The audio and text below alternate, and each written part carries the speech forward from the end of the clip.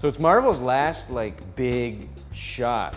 They got this big thing on the horizon, 2012, the Avengers, when everybody's gonna team up to do some battle. All the heroes, all in one place. And they got one last movie to set all of that stuff up, which is Captain America, subtitle, The First Avenger. What did you think of it, buddy? I loved it. I don't know, it was everything I wanted.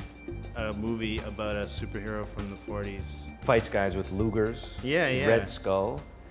So the story of Captain America is a little runty pipsqueak, Steve Rogers, who's 4F from the army like a million times, but he wants to fight so hard. Secret experiment, gets juice put in him, turns into an unstoppable beast soldier. Now he's a hero and he wins the war, fighting against the Red Skull, who's the head of Hydra, which is Hitler's personal occult science division, making incredibly powerful weapons.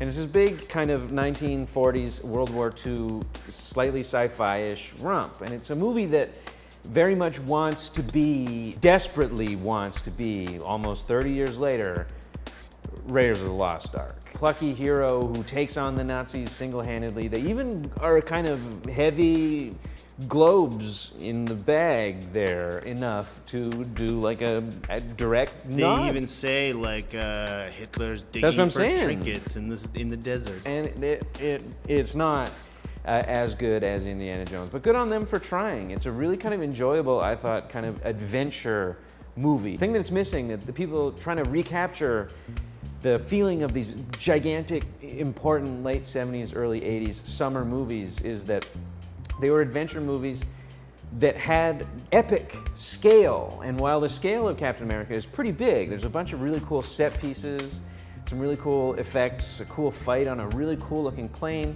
There's only ever at most like probably 30, 40 people on screen, barring the legions of CGI'd in kind of Red Skull Hydra soldiers. And it's missing all those shots in Indiana Jones when you see the people digging in Egypt and you see 400, 500 extras on screen. And every other shot is just bustling full of life, like in Steven Spielberg, the way he shot the beach in Jaws when it had 400 or 500 people on the beach. This Captain America is much smaller scale, even though it's probably a way bigger budget. And so it's missing that kind of epic, oh my God, this is like Gandhi except for nerds feeling. That and the fact that it's a comic book movie, so it's about a person that's indestructible. So every time they get in a fight, there's no real jeopardy. But that's a whole other can of worms about comic book movies that I don't want to get into. So go see it this weekend. It's pretty fun.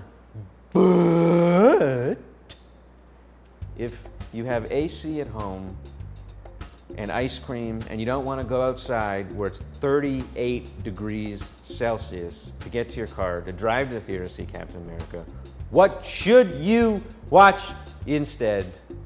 Brian, what's the best part about Captain America, hands down? Easily Tommy Lee Jones. Tommy Lee Jones just kills it in every scene that he's in. He's the best thing about the movie. And that's something you can say about Tommy Lee Jones for what percentage of the movies that Tommy Lee Jones is in? 95. Easy. So stay home, have a Tommy Lee Jones weekend marathon. See Coal Miner's Daughter? Watch that instead. Watch The Fugitive instead. Watch Men in Black instead.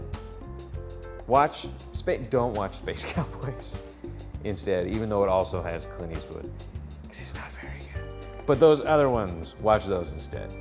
Or just go see Captain America. It's pretty good.